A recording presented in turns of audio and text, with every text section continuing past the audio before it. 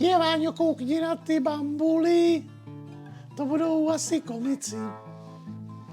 Jak mají zmalovaný pápuly a vypadají jak v opici. A hele, tenhle nosatec, není to švára nakonec, že ten je taky opilec, je jasná věc.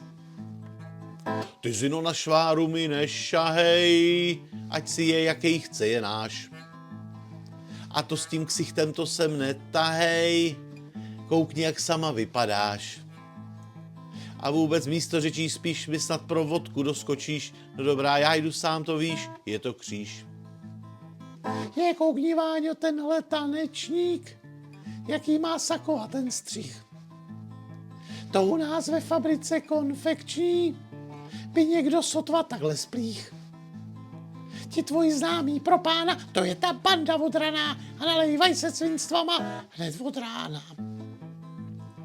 No nemám známý zrovna fešáky, holče, třej víš ty, co to je. A proto pijou tyhle driáky, hlavně, že holka za svoje. To ty a to jich 5 přítelkyň jste napletli už na 5 zim a blbnete tím pletením a žvaněním.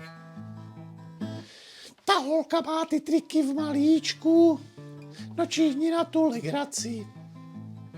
A hlavně koukni na tu blůzičku, takovou, Váňo, taky chci. Tak až budeš brát prémie, tak na tu blůzku dáš mě. To koukáš, co ti je, snad tě to nezabije. Kde vůbec bereš tolik drzosti mi o prémiích vyprávět? Kdo mi psal do práce stížnosti? Ty ne, já je čet. Ale ta holka, to je kus, ty na sebe se kouknout zkus, ty si kuprači Hubertus, když nemáš vkus.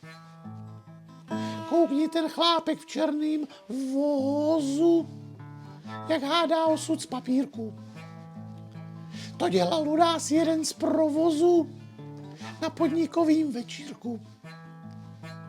Tady, když na tebe se podívám, přijdeš a lehneš na divan a stále myslíš na ten krám, co s tebe mám.